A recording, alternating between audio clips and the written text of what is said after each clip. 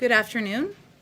As part of our administration's efforts to increase transparency and introduce all of you to the policy experts who are leading the President's initiatives, we're joined today by Domestic Policy Advisor Susan Rice, who will be talking about the racial equity executive order that the President will be signing this afternoon. She's kindly offered to stick around and take some questions. I will, as usual, play the role of bad cop when it's time for her to go. So with that, I'll turn it over to Susan.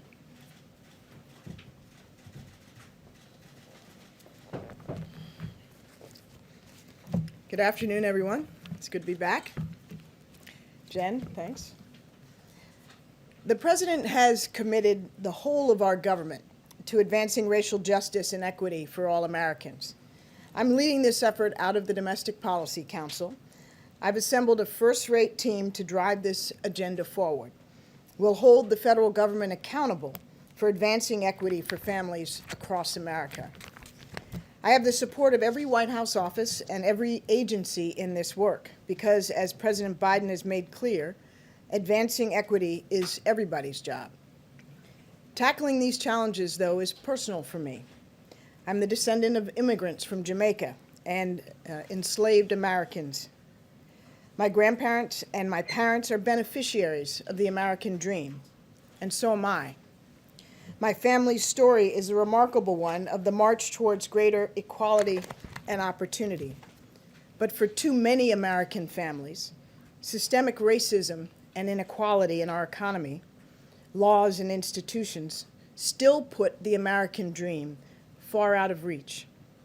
Today, the average black family has just 1/10 the wealth of the average white family, while the gap between white and black in home ownership is now larger than it was in 1960.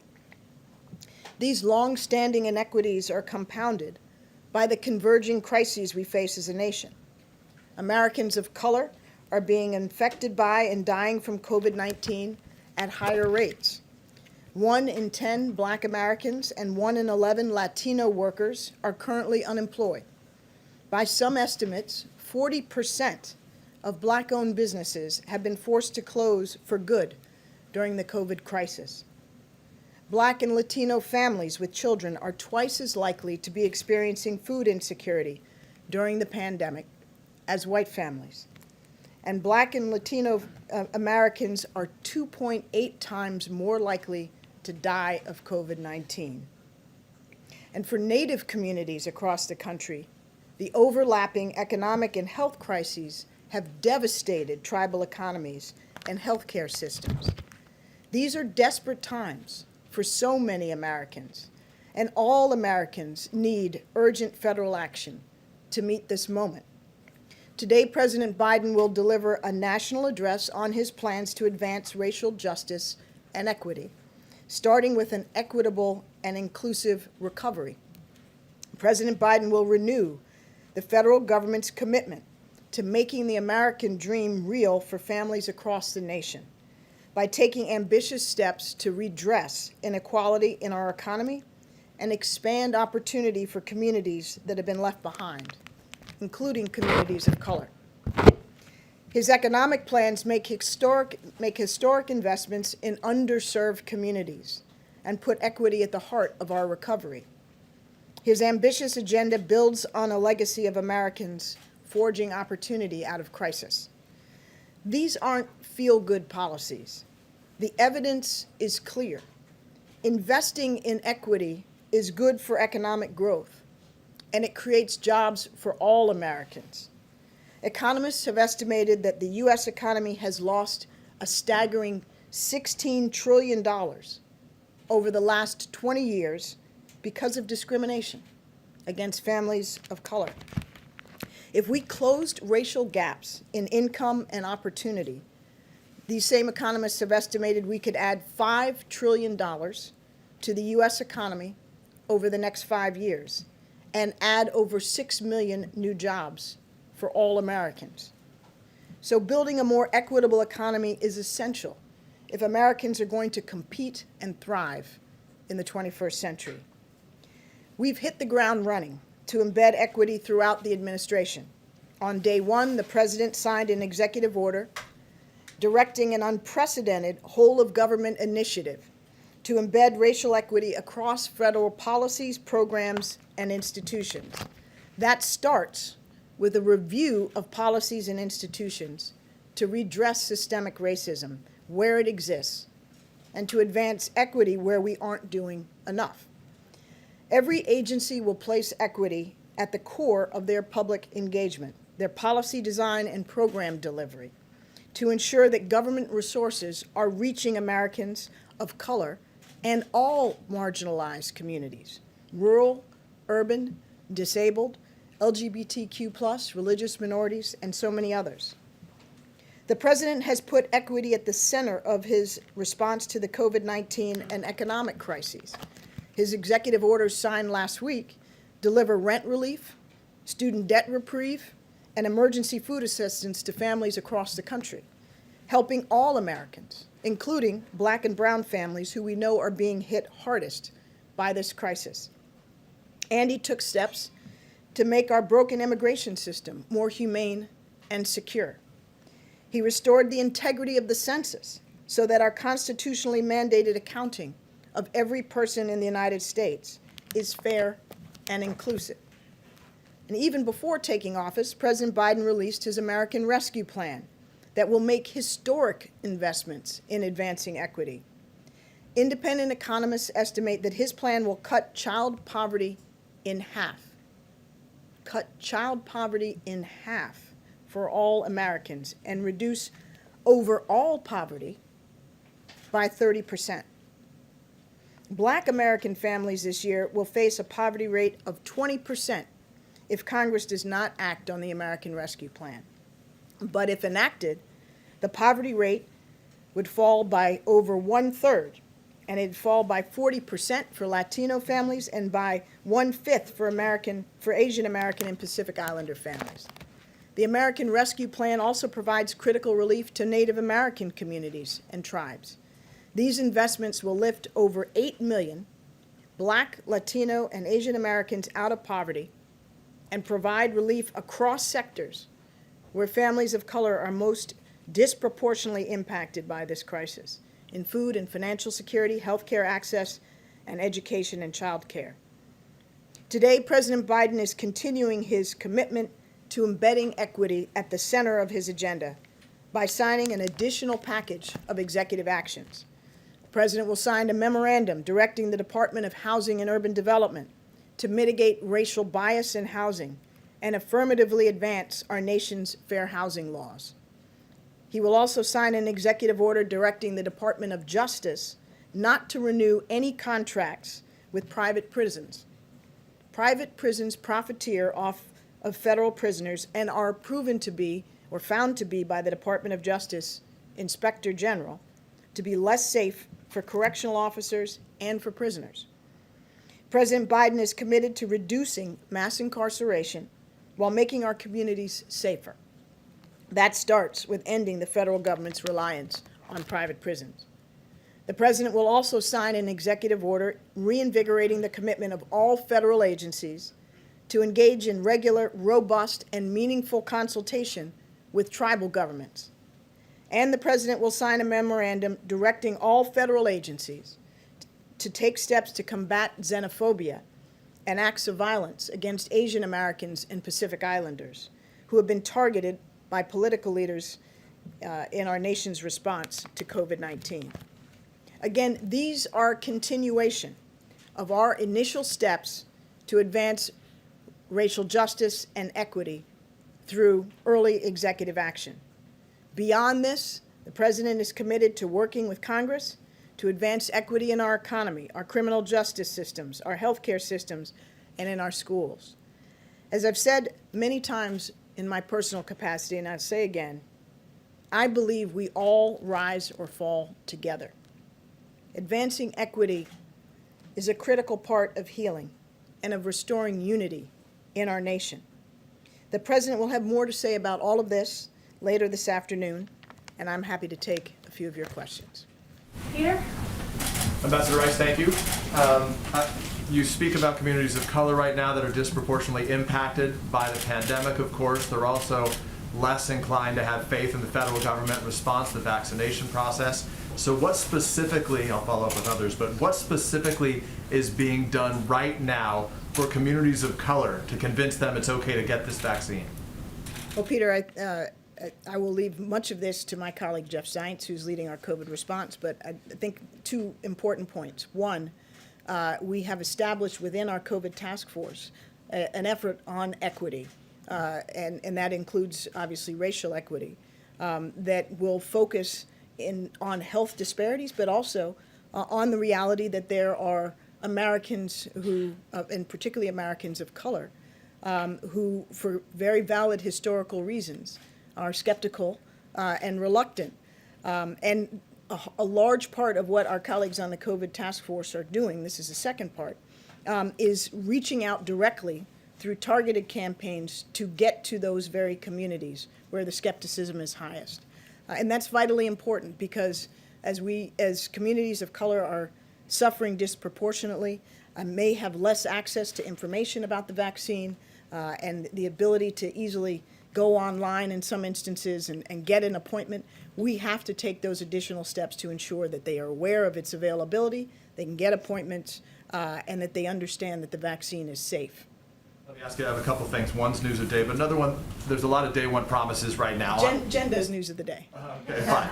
Let me ask you, We'll do the whole thing after that. on February 20th of last year, President Biden said, my first day of office, I'm going to send a bill to the Congress repealing the liability protection for gun manufacturers, closing the background check loopholes, and waiting period. So what happened to that day one promise? Well, I think you've seen that we have rolled out an unprecedented number of early executive actions. And as you've heard Jen say and many of my colleagues say, this is just the beginning. We have 1,454 more days left in President Biden's first term. And so give us a little something to do over the next few days. Cecilia? Thanks, Jen. Thank you, Ambassador. A housekeeping question, if I may, and then a follow-up. Can you speak specifically to what this does as it relates to immigration and immigrants? Does this cover particularly the prisons and private prisons housing immigrants, undocumented immigrants, tens of thousands of whom are facing deportation in privately run prisons right now? This order today applies to the Department of Justice run prisons. It is not, in this instance, applicable to those run by other agencies. Not ICE, not anything like that. Okay, and then going back to January 6th and what we saw just a few weeks ago at the Capitol, when we saw people roaming that building carrying Confederate flags, wearing anti-Semitic shirts. We saw lawmakers in that group, we saw firefighters in that group, we saw military veterans in that group. What are you doing to address this issue of white nationalism? And how concerned are you about the threat of from some of these groups leading into this impeachment trial in 2 weeks? Well, I think we have seen, and it's been plain for all Americans on their television sets, just how serious a problem we face from nationalists and white supremacists who have demonstrated willingness to resort to violence in some instances. And that is why the president has ordered the intelligence community to compile a comprehensive assessment of the nature of this threat and challenge and its origins and roots, and thus provide policymakers with inputs that will be very important to address this challenge. The National Security Council has set up a capacity within the NSC to focus on domestic violent extremism and to ensure that we are within the White House and within the interagency coordinating efforts to craft and implement policies that will address this. So we're taking it quite seriously. And why doesn't this address the ICE private detentions? It addresses the Department of Justice prisons in the first instance. It's silent on what may or may not transpire with ICE facilities.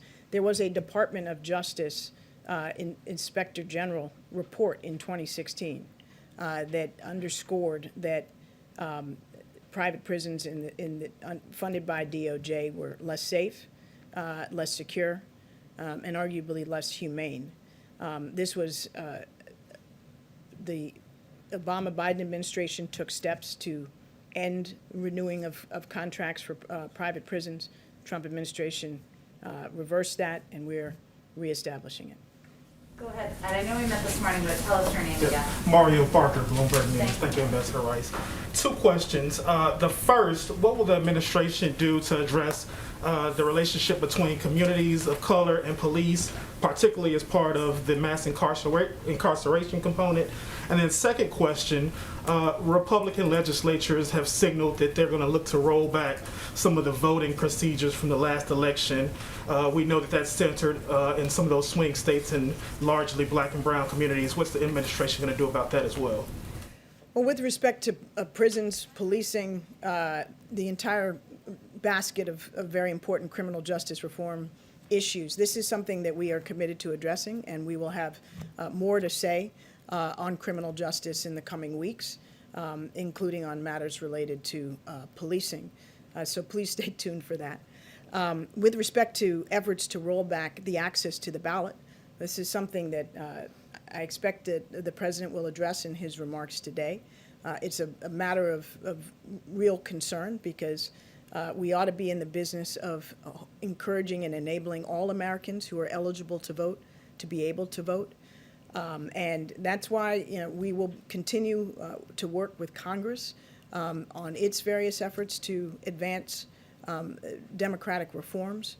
There's legislation on the Hill that would move us in that direction, including restoring and revitalizing the Voting Rights Act. Jonathan, you'll have to be the last one. But Susan will come back, I'm sure. You gonna let me come back? Rice. We'll welcome you back. Go ahead. Thank you, Ambassador. These measures here are executive actions, which of course could be overturned and reversed by a future president.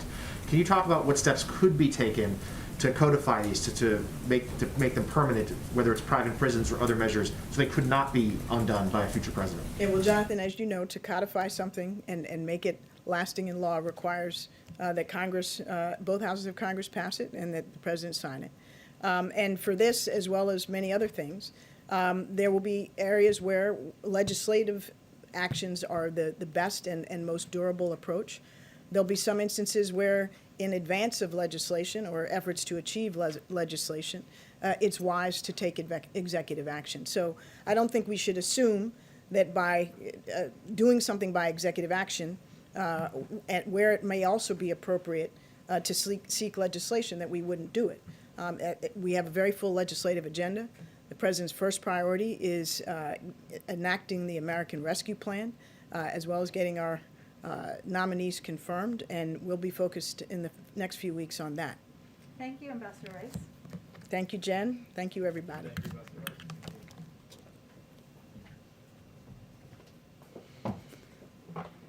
Okay, just a couple more things at the top, and then be happy to take your questions.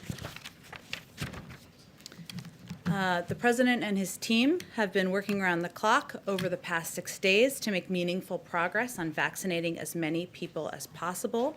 As we've talked about in this room before, increasing the vaccine supply and building increased cooperation between the federal government and state and local leaders on the ground is key to getting that done. The President will speak later today on those efforts and provide an update on his team's work to bolster the vaccine supply available so that we can, in turn, get more shots into Americans' arms as quickly as possible. And I'll also add, as many of you have reported, there are some calls this afternoon with governors to brief them on these plans and give them an update on how we will continue to work together even more efficiently. Couple other things. Earlier today, the first female vice president swore in the first female secretary of the Treasury. What's that for history? Dr. Janet Yellen. Today, of course, is a pretty historic day. And this afternoon, the vice president will make her first visit to a federal agency, the National Institutes of Health, where she and the second gentleman, will receive their second dose of the Moderna vaccine. The Vice President will thank Director Collins, Dr. Fauci, and the staff of the NIH for their work to develop the vaccine and efforts to keep Americans safe. She will also make the case that Congress needs to immediately pass the American Rescue Plan, which includes $20 billion to invest in local community vaccine distribution centers in the hardest hit areas. Her remarks on the vaccination at NIH will be live streamed on the White House YouTube channel, so you can all tune in for all of that. Okay, Jonathan, kick us off. Thank you, Jen. First, on the response to the pandemic, two matters there. First, if you give us to provide us a little more details to how much more of the vaccine is going to be distributed and how quickly to these states. We've heard governors sound the alarm that they are desperately low on what they need. And then could you talk about, has CDC considered, and would the White House support a measure for testing for all passengers on U.S. domestic flights? Well, Jonathan, on the first part of our effort is certainly to ensure we are more effectively and efficiently working with governors and local officials who have expressed some frustration in recent weeks about the lack of information and the lack of a federal plan. We've only been here 6 days, but we want to take steps as quickly as possible to address that. And part of that will be what the president updates us all on this afternoon. And I would be a very short-lived press secretary if I got ahead of the president. And we're having so much fun in here, so you don't want that to happen. On the second question on testing, we're constantly evaluating, of course, our medical and health experts, steps that need to be taken to keep the American people safe. We announced some travel restrictions, as you know, yesterday. I don't have any additional restrictions to preview or announce for all of you. I will remind you that tomorrow is the first day of our briefings that will be happening approximately 3 times a week that you can all tune in and learn more from our health experts on our plans. And on another matter, on impeachment, the president yesterday in an interview said that he did not believe that former President Trump would be convicted and therefore removed from office, but said he felt like the trial had to go on anyway. Could you please explain what he meant by that?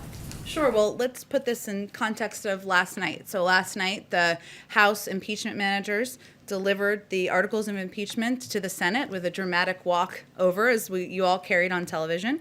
The president was referencing a fact that he referenced in his statement just a couple of weeks ago when the House passed the articles of impeachment themselves, which is that now it, of course, will move on to the Senate. As he also said at the time, he hopes, and I'll quote him here, the Senate leadership will find a way to deal with their constitutional responsibilities on impeachment while also working on the other urgent business of the nation. He still continues to feel that way. So last night they delivered the articles. The next step, as you all have reported and people watching at home know, is for the Senate to proceed with their trial.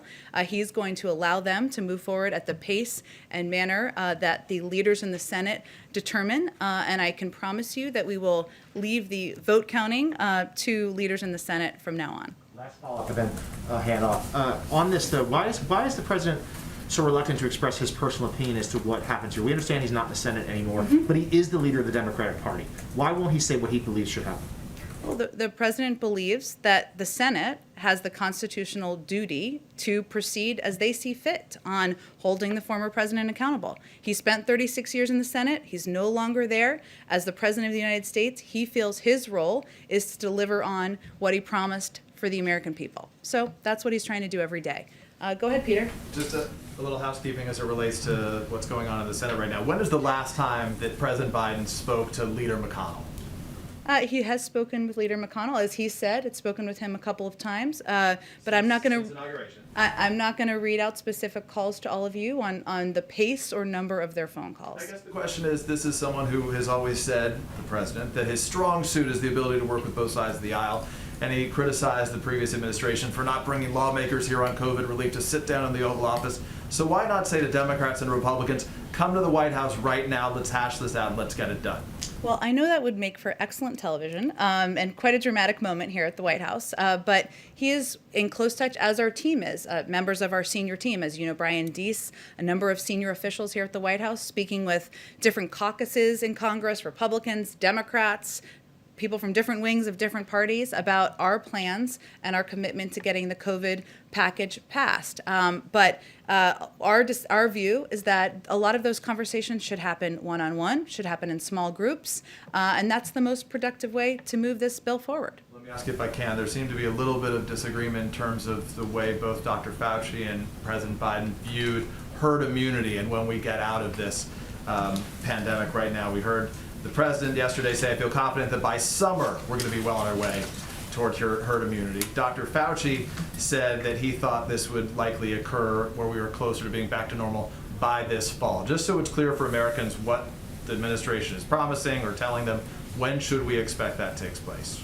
Well, the president is certainly pushing his team every day to deliver results as quickly as possible. So as part of his comments yesterday, he also talked about his desire to ensure there's greater availability in the spring, and certainly his hope that every American will, that more Americans will have access as quickly as possible. But he has also said many times it will take months and months for a broad swath of the population to be vaccinated. And as always, he's guided, as we all are, by scientists and medical experts, and certainly Dr. Fauci's guidelines of when we can expect for a broad swath of the population to be vaccinated. For specificity on the vaccine stockpile yesterday, you didn't have a specific number. CDC Director Rochelle Walensky didn't as well. What is the stockpile right now? Where do we stand at this moment? Well, the president is going to have more of an update later this afternoon, as I previewed earlier. Do we know the answer, I guess? Do we have our hands around that? Well, certainly there is we monitor updates on a daily basis through Tiberius and multiple systems that have available information on vaccine numbers that are distributed to states, what states have received, what they have distributed, and we've been connecting all the dots to ensure we have our best understanding of where the holdups are. And we, of course, have that assessment, but we're continuing to dig in every day on what the issues are. Why isn't the vaccine getting out to states? What is the holdup with vaccinators? Why aren't there more vaccine sites that are getting the supply they need? But later this afternoon, he'll have more of an update on our additional vaccine supply that we'll make available to states. Go ahead, Peter. Thank you, It's a Jen. Peter row up here. Pete and Pete, or Pete and repeat, I guess. So the jokes could go on. Thank Go you. ahead. Yeah, let's do that. So there are some reports that FEMA is now planning to reroute up to $10 billion in money that could be used to combat COVID-19 right now, to preemptively combat climate change by building seawalls and elevating flood-prone homes.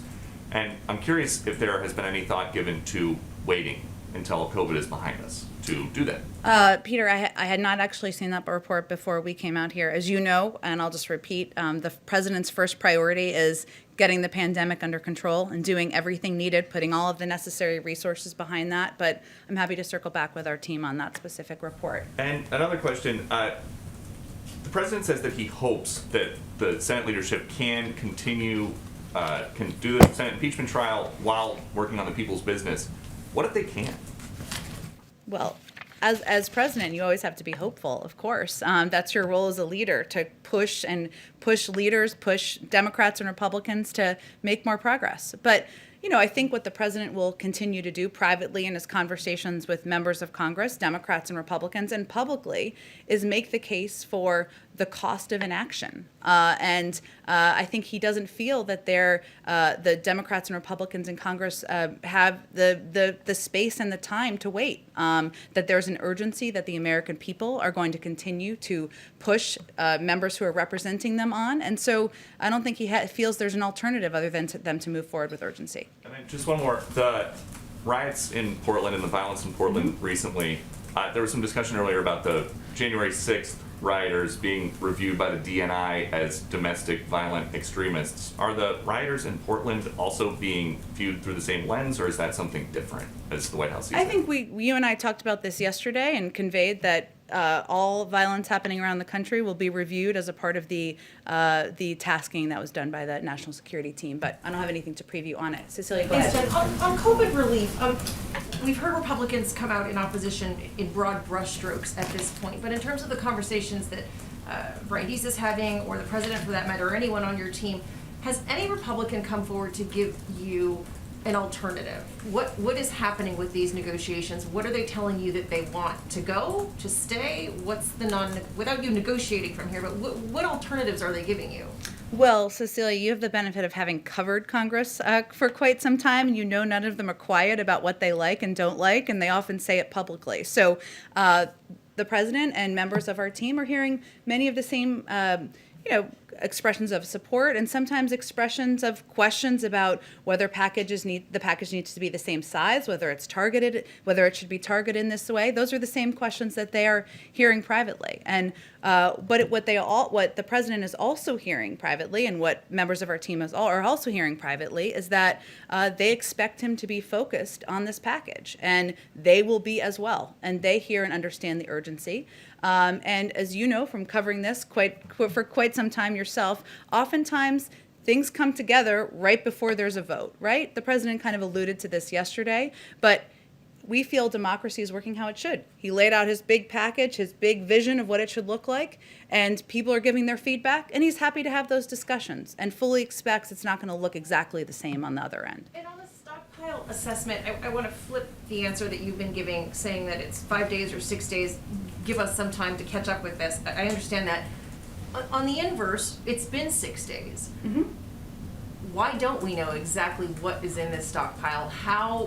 What have been the hurdles, the biggest hurdles in getting that answer? Slawi, you probably heard this yesterday, defended the program Operation Warp Speed, saying that the results were exceptional. So why is it taking so long? I'm not 6 days in. six days in. Well, 6 days in, the president is also giving an update on steps we're going to take to provide more vaccine supply to states across the country. In response to their concern, there has not been a federal plan in place, and that they haven't received the coordination, cooperation, and information they desired. So, in my view, that's a pretty rapid response to states' concerns. We do have an assessment. As I referenced Tiberius, which is quite a name for this website, I will say. Sounds like a magical creature a little bit to me, but it provides vaccine information, publicly available information on vaccine supply that's gone to states and what's been used. It doesn't mean it's perfect. Oftentimes it isn't. But our concerns and our focus is not just on the supply. That's part of the issue. It is also about ensuring that states have the number of vaccinators they need. So that means people who are literally taking the shots and qualified to put them in the arms of Americans. And some states and some communities don't have people who are able to do that. And vaccine centers and places where people can go and receive the vaccine. So there's multiple steps in this process, and our focus is on ensuring not just the supply is at the rate it needs to be, and that states have more advance notice. This is one of the things governors will tell you and have told us, that it is very difficult for them when they find out a day before, a couple days before, that they're going to run out of supply or when a next supply shipment is coming. They want more time. That's something we're also working on. So those are all pieces that are a part of this Herculean operational task that our team has undertaken. Go ahead, Mario. Thanks, Jen. Senator Schumer last night said that he wants President Biden to consider declaring climate change a national emergency to give him power similar to what his predecessor, President Trump, did with the wall. Is that something that the president is considering? Well, the president has long said it is one of the 4 crises that he believes are central to the presidency and central to his time as the commander-in-chief and the president of the United States, addressing the threat of climate. So he is not only taken actions, executive orders, taken actions that fall under the purview of the president, but also he has pushed to find ways to work with Congress on taking additional steps moving forward too. There'll be more we have to share on our efforts on climate in the days ahead, but I don't think Leader Schumer has any doubt about the president's commitment to this, and certainly the fact that he has called it a crisis. He's said it is central to the issues he wants to take on in his presidency, speaks to his commitment to the issue. Go ahead. So 2 more questions to bring it back just to COVID response for a second. So first, one of the questions that's come up is how much money is needed exactly to respond to the emergency that we're in. Is it 1.9 trillion? Is it some other figure? Do you have an assessment just of how much money is left from Congress's last allocation towards these issues? How much is left to spend? Well, as Brian Deese, the NEC director Brian Deese said last week, the problem with focusing on the $900 billion package as the answer to our current problem now is catching up for what had not been done for the prior 6 months. So what we're really focused on now is what is needed for immediately now, of course, but also in the months ahead. And as I was alluding to a little bit earlier, the way the president thinks about this is what the cost of inaction is. So if you look ahead, it's critical, and I talked about this a little bit yesterday, that we don't get anywhere near the March cliff, which would mean the end of eviction and foreclosure moratoriums, the end of $300 additional UI assistance, the end of PPP loan applications for small businesses. And as you all know from covering what's happening in the country, people need security. And what we're trying to do now is provide that. So this package was designed not with a number in mind. We weren't trying to get a shock value, sticker value. The president relied on the advice of economists, of health experts, and others who recommended this is the size and the components that are needed now, not just to distribute the vaccine, but to provide certainty and a bridge to the American people to get to the other side. So, but you have a number right now for how much is for vaccine distribution alone, how much you have to spend as compared to what you've asked for. I'm happy to check with our team on that, but I will say that what we're looking ahead to is where are we in a couple of weeks and where are we in 2 months? And no one wants to be having a conversation in May about why our schools aren't open and why millions of people have been kicked off of unemployment insurance. So part of our role here is to look ahead, and that's exactly what we're trying to do with this package. So one other issue. The President Trump signed an executive order restricting exports of vaccines that are manufactured within the United States. That order is still in effect. First of all, what is your assessment of exactly whether drug manufacturers are able to send these vaccines overseas? Can they do that under current law? And two, will you take any action to reverse that executive order? That's a great question, and we've talked about obviously rejoining the World Health Organization and ensuring we are a partner to the global community on this effort only makes us safer and the American people safer, but I'd have to check on the specific export question for you. Go ahead. Jen, the national COVID strategy the administration released just a couple of days ago says that, quote, the United States will accelerate the pace of vaccinations by encouraging states and localities to move through priority groups more quickly. What is more quickly? How should governors interpret that? And will you provide more detailed guidance to state and public health officials on how they should be going through these priority groups? Well, the answer is yes. And part of our effort, as I mentioned, there was a call with governors this afternoon to provide an update on vaccine supply and steps we're taking from the federal government to ensure they have not just the information they need, but also the access to supply they need. And in terms of the pace, the guidelines will, of course, be publicized by the CDC. They have their first briefing tomorrow. We'll see if they have an update on that. But really what we're all trying to endeavor to do is ensure that we have not just more supply, but more vaccinators, as I noted, more people in communities who can vaccinate, more centers and locations that can provide these vaccinations. So all of those components will lead to expediting. We're not asking states to do this on their own. In fact, we are trying to reset and be partners here in a more effective way than we've seen over the last 10 months. Health officials seem to be recommending now double masking. Is that something that the White House would like to see? I've seen some of those reports. I haven't seen that come officially from the CDC, but again, I'd encourage you to ask them that question tomorrow, and I'd refer to them for any new guidance on that front. Go ahead. Hi, regarding the Defense Production Act, what is the timeline for ramping up production of supplies, specifically the specialized syringes, and has the administration been in talks with any specific companies or manufacturers? It's already been invoked and underway, so those discussions and efforts to ramp up production are already underway. They started as of less than 24 hours after the president signed that executive order and made that announcement last week. I don't have any specific companies, I don't think, to kind of preview or read out for you, but I'm sure we can follow up and see if there's more specifics to to provide on the specific companies. Department of Defense considering plans to deploy military, National Guard to help with the vaccinations, be those vaccinators in communities that are underserved? Well, certainly the government, across the government, everyone is going to play a role in COVID and addressing COVID and getting the pandemic under control. But in terms of their specific plans, I would send you to the Department of Defense. On behalf of the radio pool. Sure. The administration's, this is for a reporter who can't be in the room. What are the administration's plans for Guantanamo and restarting military trials for detainees? One case announced last week. I don't have anything new on that. I'm happy to follow up on that for you as well. Go ahead. I just wanted to circle back to Peter's question. So Dr. Fauci on Fox today went back to quoting that 100 million doses in 100 days number.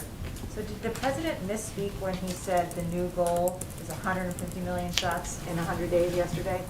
Or was he operating under some new update that he got? The president didn't actually say the new goal is. The president said, I hope we can do even more than that. And that is certainly, of course, his hope.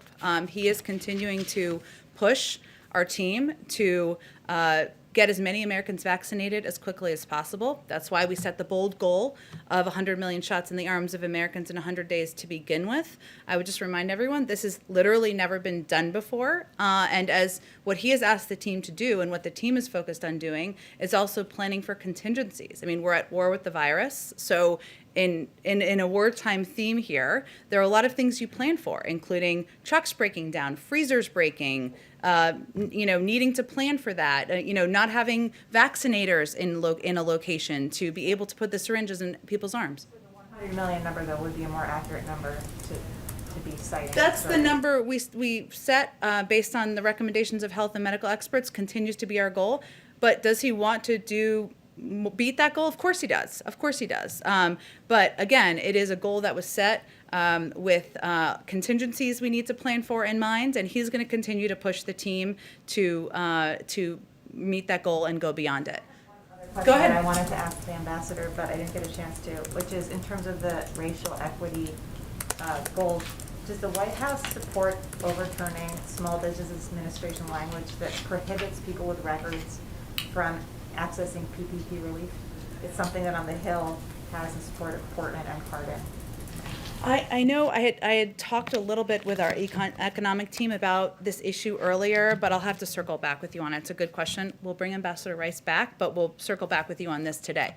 Yumish, go ahead in the back. Hi, I have a couple questions. First is, David Kessler said that most Americans would not be vaccinated until the third or fourth quarter of this year. He said that last week. President Biden spoke and said that we could possibly have herd immunity as early as this summer. That's the difference of a couple months. I'm wondering if you could reconcile the difference there and talk a little bit more about when herd immunity and most Americans will be able to be vaccinated.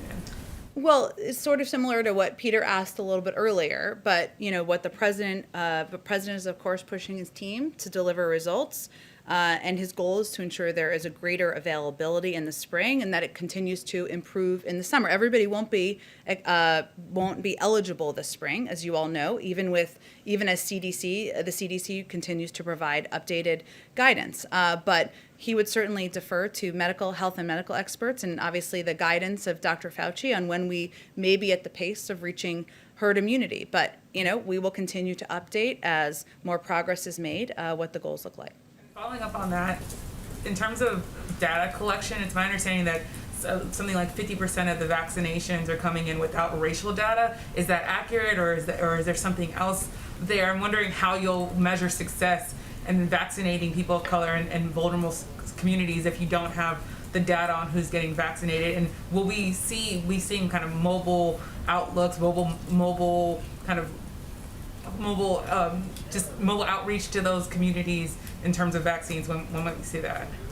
Yes, absolutely. That will be part of it, but also part of it will be working with pharmacies and working with health centers in communities so that communities across the country, rural communities, communities of color, have easier access to know where they can go and get a vaccine. But this is going to be hard, and we are not trying to sugarcoat that, and it will be very challenging. This is why everybody who comes and speaks about COVID talks about the challenge of vaccine hesitancy and how we're going to overcome that. And it won't just be about having centers. It will also be about overcoming a lot of these contingencies I've mentioned that we have to plan for, about more effectively communicating with people about the safety of the vaccine and really being thoughtful about who we're using to communicate. So it is going to take a multifaceted approach, and we are open-eyed about the challenge. Data part of that question, is it accurate that there's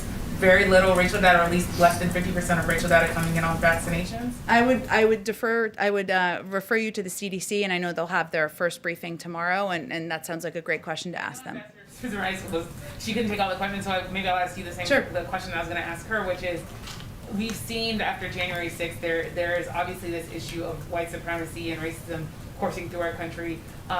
What's the biggest challenge when you think of equity in this country, and how do you measure success for something like that, especially when we think of all of the different ways that our country is dealing with it? I know these EOs are about housing and about criminal justice, but can you talk a little bit about how you're going to measure success and what the federal government's role is on something so big as inequality and racism?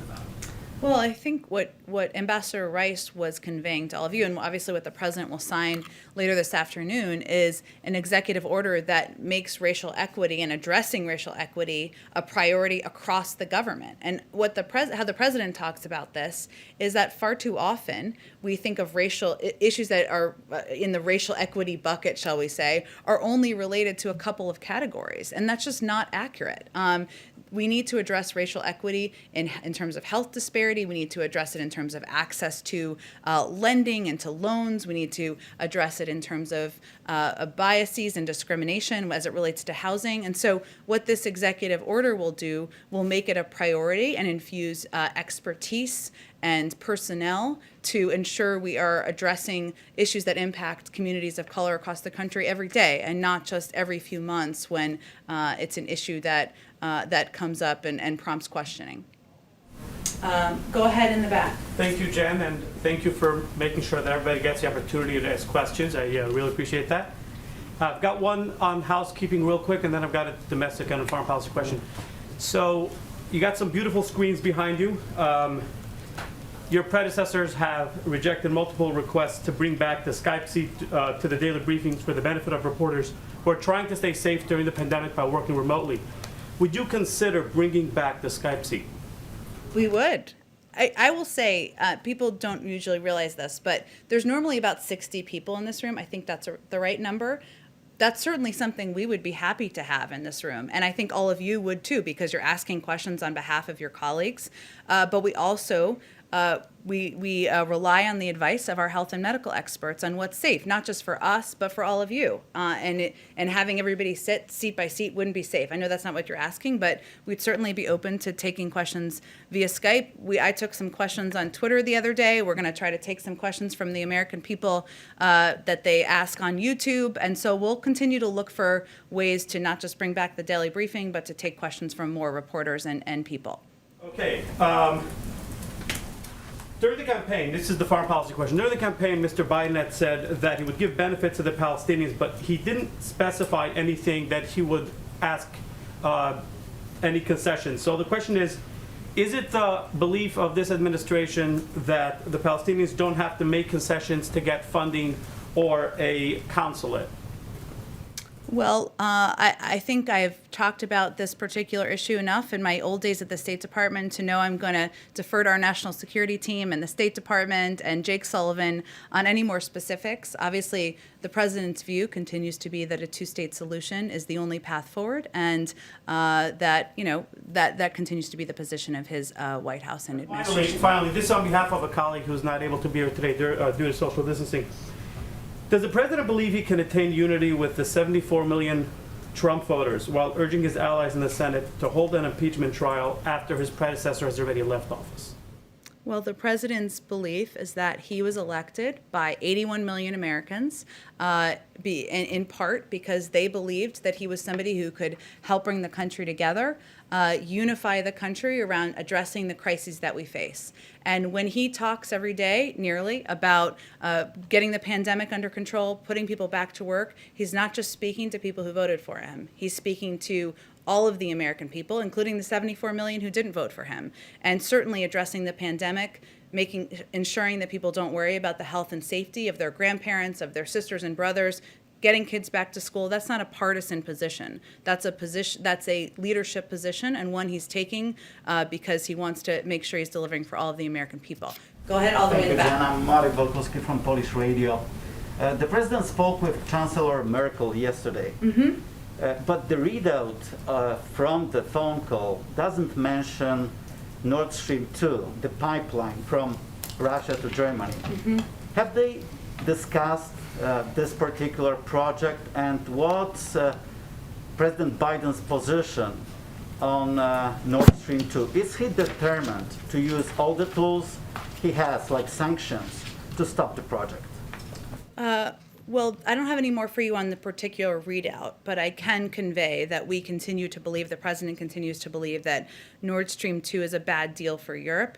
We're aware that the previous administration imposed new restrictions on activities related to the pipeline under the National Defense Authorization Act, and we will be reviewing those measures. And so he looks forward to continuing to consult with our European partners on this issue, and if there's more to share on his conversation with Chancellor Merkel on it, we will certainly circle back with you more directly. Let me just get to everybody. Go ahead.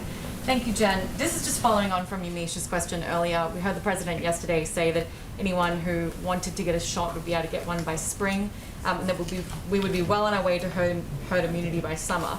I'm wondering how we can make those projections, and we don't know what the national stockpile is, when the CDC director says that supply won't increase until March, and when we're still having these enormous distribution problems in the different states. Well, let me first start by saying, as I started the briefing conveying, the president will have more to say on our vaccine supply and also assistance and cooperation that we will be doing with the states later this afternoon. So we'll have an update on that. And as I also noted, we do have a sense. There is Tiberius, my favorite word of the day, a website that has available information on not just the vaccine that is available in states, but what has been distributed. So what I was conveying, and I think what a number of our medical and health experts have been conveying, is that we've been here for now 6 days. I'll at a certain point stop saying that, but less than a week is not that long a period of time. We are assessing every day where the holes are, where the gaps are, what the holdups are. It's not just supply, it is beyond that. It's also having the number of vaccinators we need, the number of vaccine distribution sites we need. Those are all issues, if you talk to any governor, that they will say are challenges to getting the vaccine in the arms of the American people. And what the president's goal is ensuring that there's greater availability in the spring. He will push his team. He pushes his team on COVID and updates on it, even when it's a meeting about other issues. This is his focus every single day. But the fact is, every American is not going to be eligible this spring. We're going to continue to increase supply. That's part of it. And he has said many, many times it's going to take months and months for a broad swath of the population to be vaccinated. But he would, if he were standing here today, one, he'd be a lot taller than me, but he would say he will defer to health and medical experts to give their assessments on when we can reach the point of herd immunity. Peter, go ahead.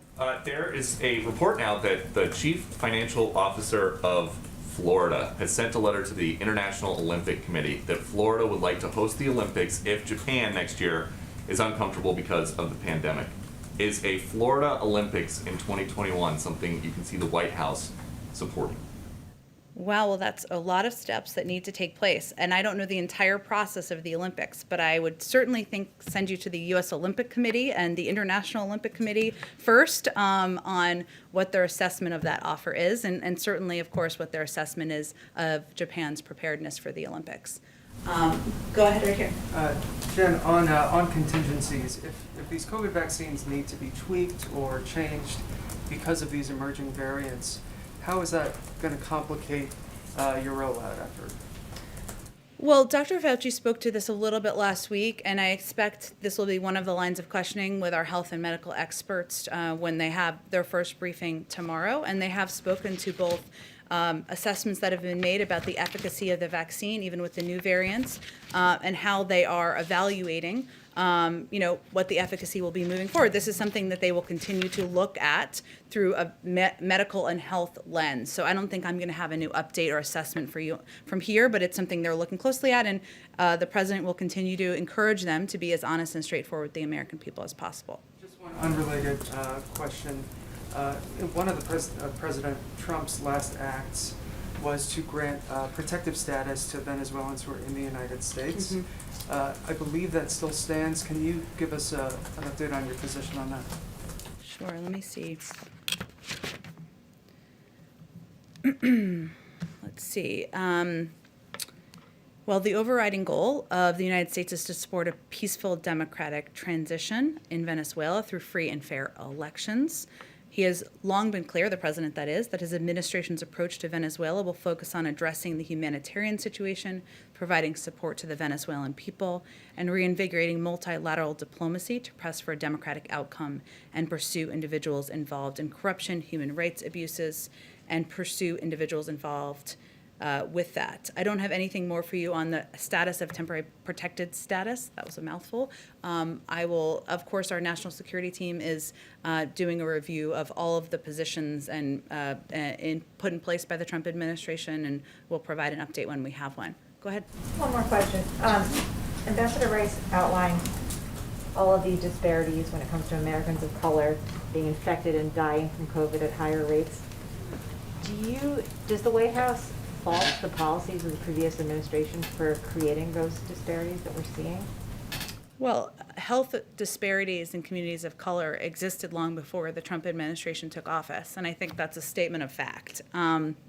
But what did not happen was actions put in place to ensure greater accessibility to communities of color for healthcare, greater communications and public campaign about how communities of color could gain access to healthcare and treatments, and certainly the actions taken by the prior administration to for all intensive purposes, destroy the Affordable Care Act didn't help any American and certainly didn't help communities of color. So the vaccine, as you all know, has only, we did not have the scientific and medical breakthrough until late last year. And now it's incumbent upon this administration, the Biden-Harris administration, to ensure that we are taking steps to increase access, but also to communicate more effectively with communities of color about the vaccine and the efficacy of it.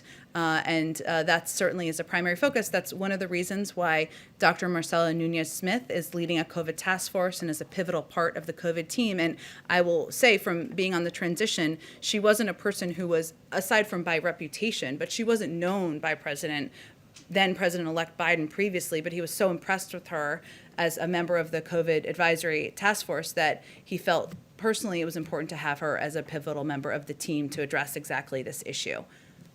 Okay, go ahead. Yeah. Last one, says Jonathan. Thank you very much. If I can ask a follow-up, I'd appreciate it.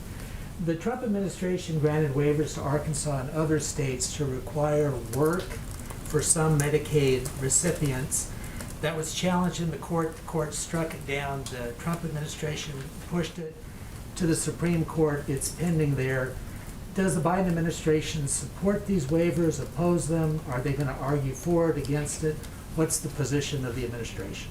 Well, I would certainly send you to our Department of Justice, my Department of Justice colleagues, to speak to anything related to a legal case. I will say that President Biden does not believe as a principle it should be difficult for people to gain access to health care, and he's not been supportive in the past and is not today of putting additional restrictions in place, and he's spoken about that publicly too. And then if I could follow up, yesterday former President Trump endorsed Sarah Huckabee Sanders for governor of Arkansas in 2022.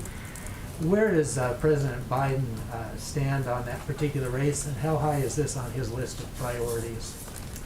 Wow, how high is the Arkansas Republican gubernatorial primary on the president's list of priorities? Not high. I can confirm for you, I'm not running for governor of Connecticut in the future, so I'm here to confirm that for you as well. I don't expect he will get involved in this race, but also politics is not front and center for his mind in general at this point in time. He's focused on getting the pandemic under control. Okay. Jen, who leads the governor's call today, just for clarity? What'd you say? Who's leading the governor's call today? Who's leading the governor's? The president won't be on it, so who is leading? Jeff Zients will be one of the health officials, or one of the, I should say, policy officials who's on the call today. There may be others, but he's one of the primary leaders of the call. Governors obviously participate. I believe so, yes, exactly. Okay, last one, I'm breaking Jonathan's rule, but since you're new here. The President Biden has spoken to President Putin. Can you give us an update on the nature of their call? What came up? Well, the call, I can confirm for you, the call was scheduled. The call has happened, I believe, since I have come out here. So we will, of course, be putting a readout of the call out. But since you gave me the opportunity, I will just convey to you that he called President Putin this afternoon with the intention of discussing our willingness to extend New START for 5 years, and also to reaffirm our strong support for Ukraine's sovereignty in the face of Russia's ongoing aggression, and also to raise matters of concern, including the SolarWinds hack, reports of Russia placing bounties on United States soldiers in Afghanistan, interference in the 2020 election, the poisoning of Alexei Navalny, and treatment of peaceful protesters by Russian security forces. His intention was also to make clear that the United States will act firmly in defense of our national interests in response to malign actions by Russia. But we'll have a readout for you, I assume sometime early this afternoon. Thanks, everyone. Thanks, Jen. Thank you, Jen. Mario, thank you.